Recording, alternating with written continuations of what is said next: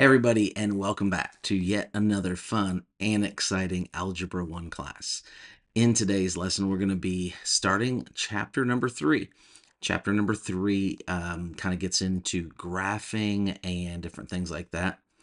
The first thing that we're going to kind of tackle is an introduction to the Cartesian plane. If you will, open your book to page number 78, page 78.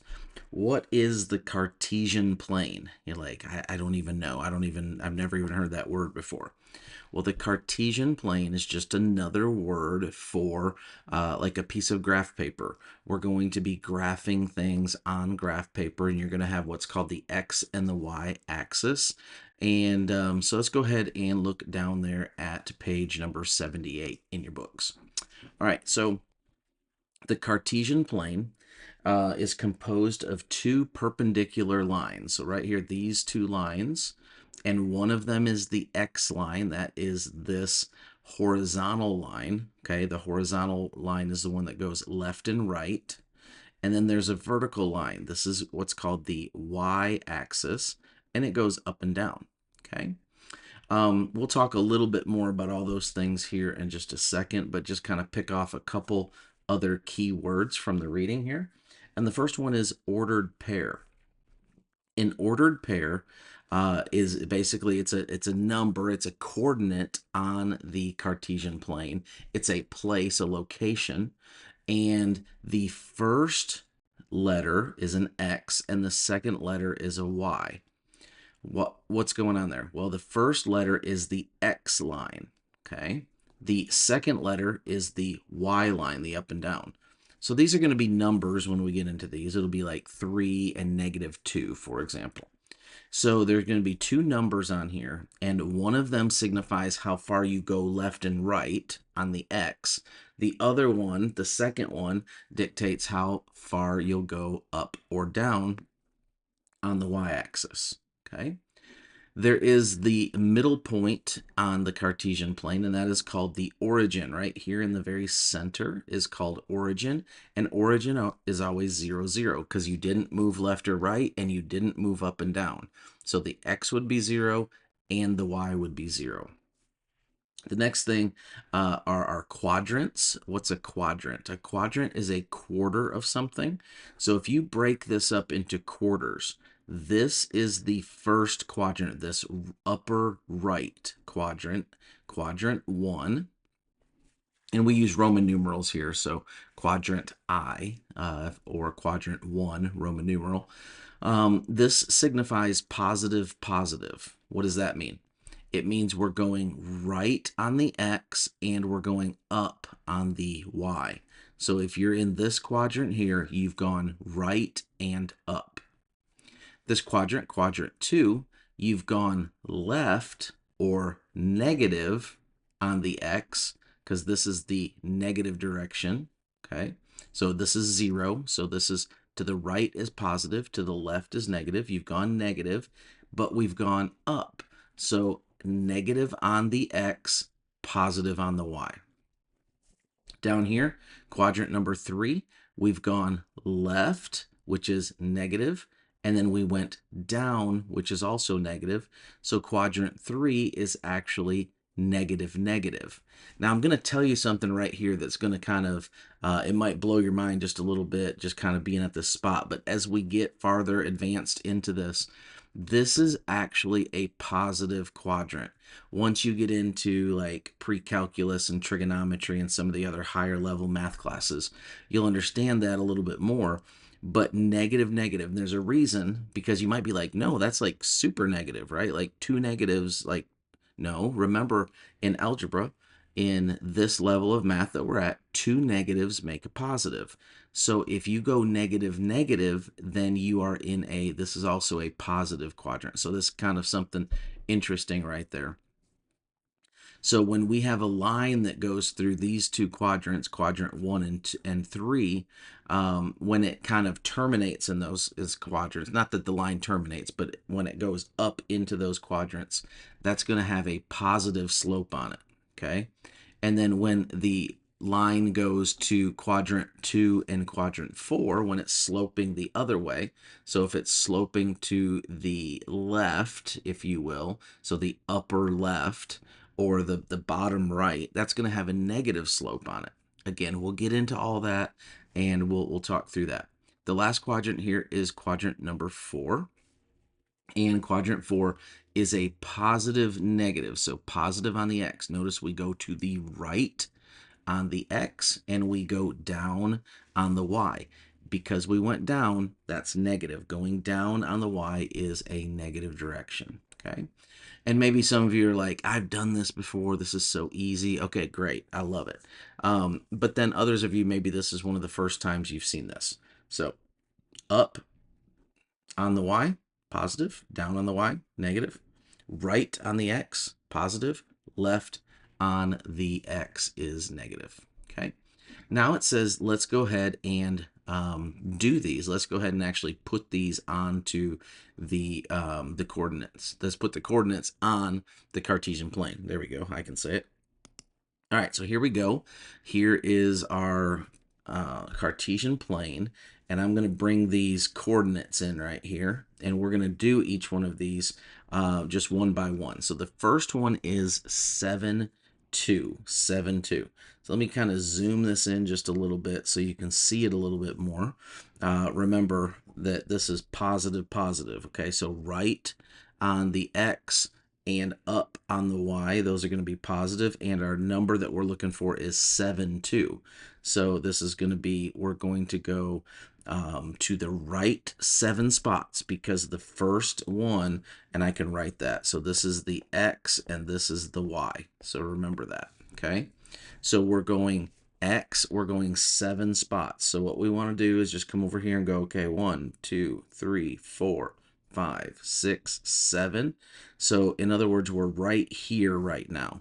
Now, we're not filling that in yet because we're not stopping there because it's not 0 on the y. We have to also go on the y and notice it's a 2 on the y. So now we have to, from there, we have to go up to 1, 2. And so this would be our spot that we put our dot in right there. Okay.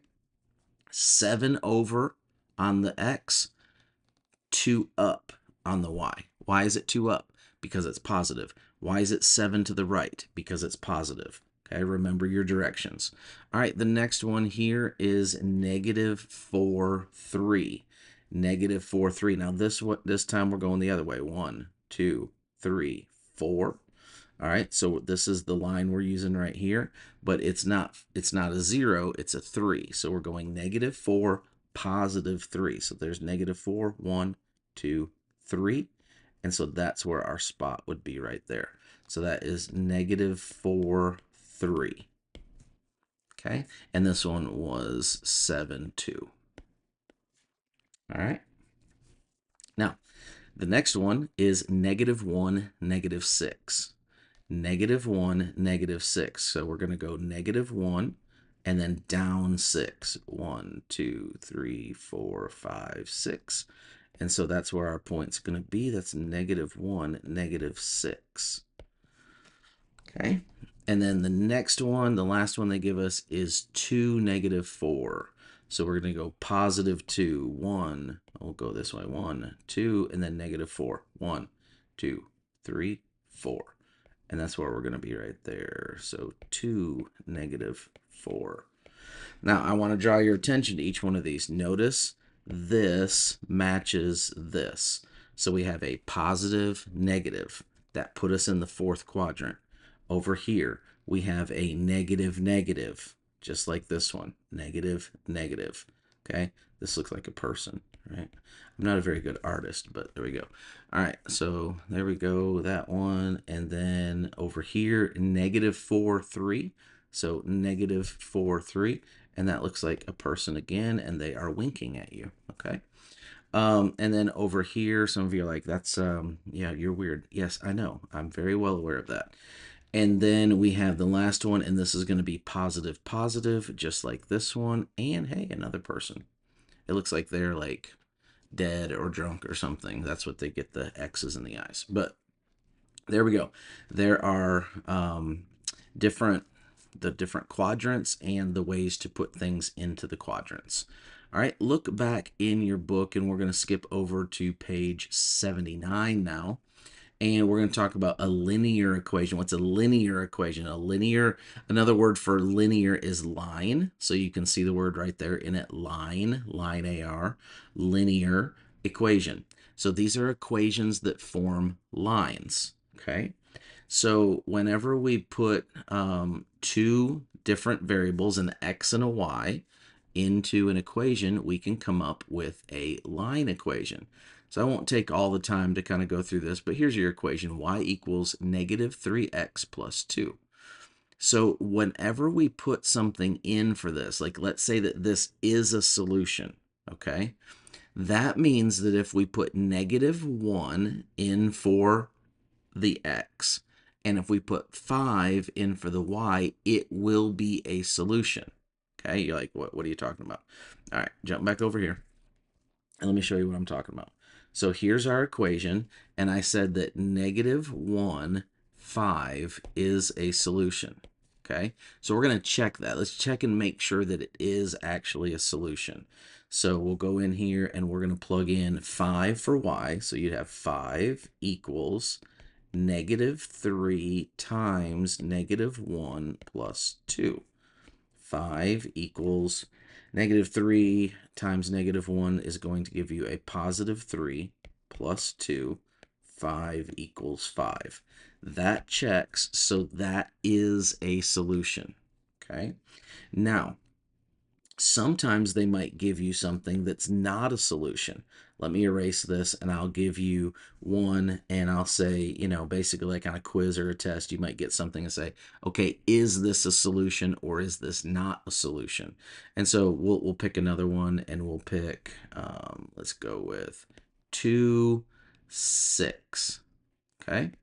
And so you might think, well, 2, 6 might be a solution too. And it might be. I'm just picking a totally random set of coordinate points. All right, so here we go. We're going to plug 2 in for x and 6 in for y. So here we go. We have the 6 equals negative 3 times 2 plus 2. Okay, so we'll do this. 6 equals negative 3 times 2. That's going to give us negative 6 plus 2. 6 equals negative 4. That does not, that's an X marks spot, right? So that means that does not solve the solution, or that does not solve the equation.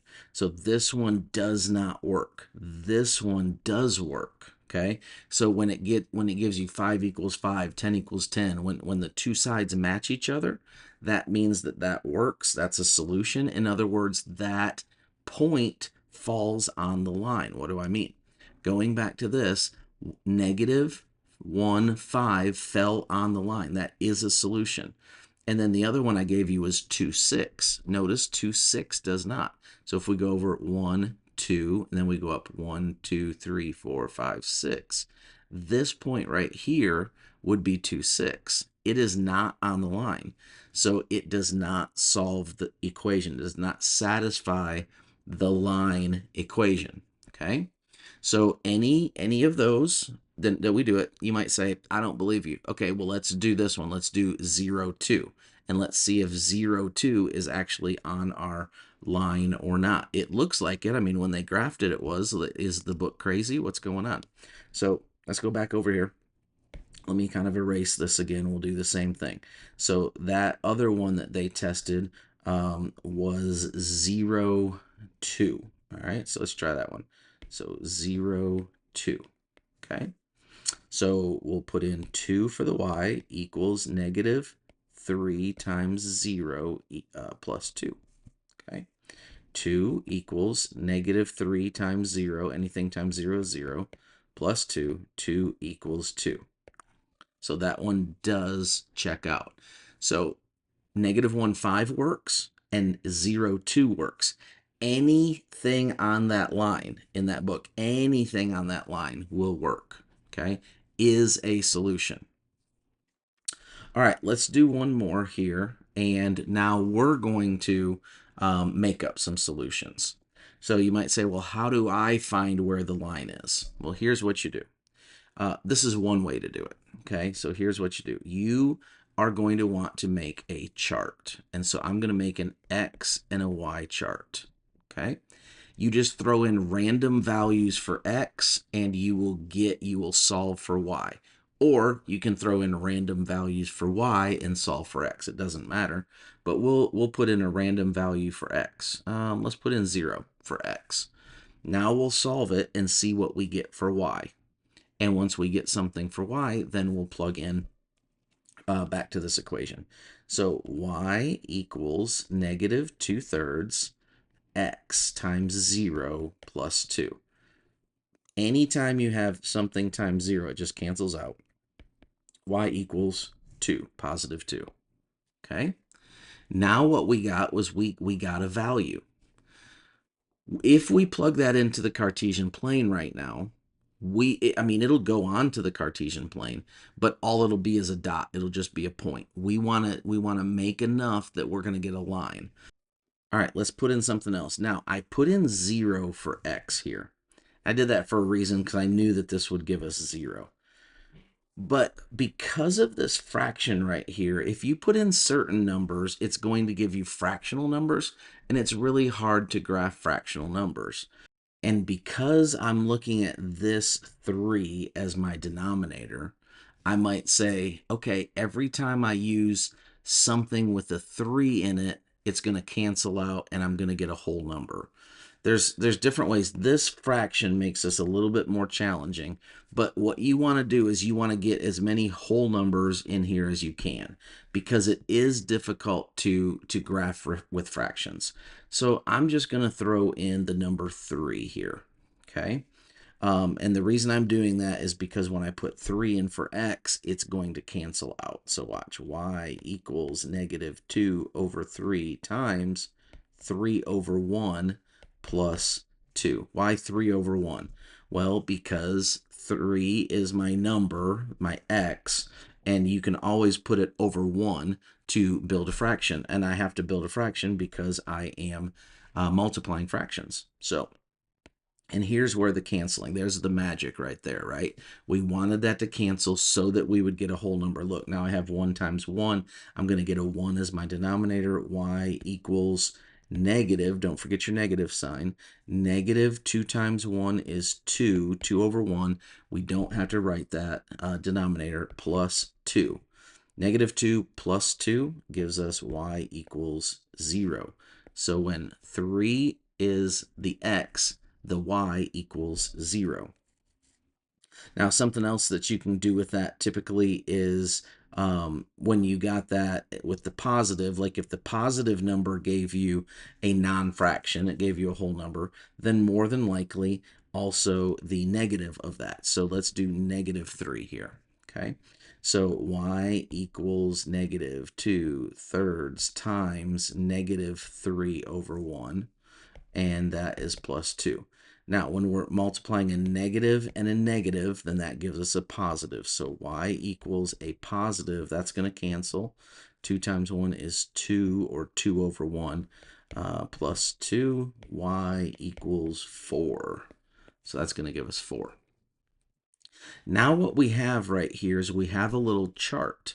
And this little chart tells us where to graph things. So if we go over here and we make our little graph, I'll make this one a little bit uglier, but you'll be able to see it. So we're going to have, change the color so you can see it a little bit better. So we have 0, 2, okay? That's 0, 2. So 0 on the X, and then just 2 positive up here. So that one's going to go right here, 0, 2. And then we have 3, 0. So now we're going to go over 3, 1, 2, 3. And we're going to go up and down 0. So it's going to be right there. So that's another spot. Notice we could now draw our line. But what I said was I want to make sure that the next point isn't like over here. Like if it's over here, then we've messed up because this is not a line, okay? So we got to make sure that our next point is somewhere on this line right here. So what's our next point? Negative 3, 4. So now we're going to go 1, 2, 3, and then we're going to go up 1, 2, 3, 4. So it's right there. Yes, it is on our line, okay? And so that's how you would graph. And notice on page number 81 in your book, real quick, page number 81, it basically says that you can do the same thing for formulas. Any formula with two variables, you can graph that on an x and a y coordinate. Now, you might call it g and w like they did in the book, but you would just call one axis g and one axis the w, or change it to x and y. It doesn't really matter how you do that there. So hopefully you learned something there. Maybe that was a whole bunch of review for you, and if it was, that's good. Hopefully, you kind of lock that in. Practice these, go through these, and make sure that you're working on how to graph points on the Cartesian plane. And then how do we get points from an equation? Easiest way, well, one of the easiest ways, the best way for starting out is to build that chart. Okay, build an X and a Y chart and start subbing things into it, and then it will kick you out the other point. If you put in X, it gives you Y. If you put in Y, it gives you X. Okay, that's all I've got for you. If you missed anything, slide it back, watch it again. We'll see you later. Have a good one. Bye-bye.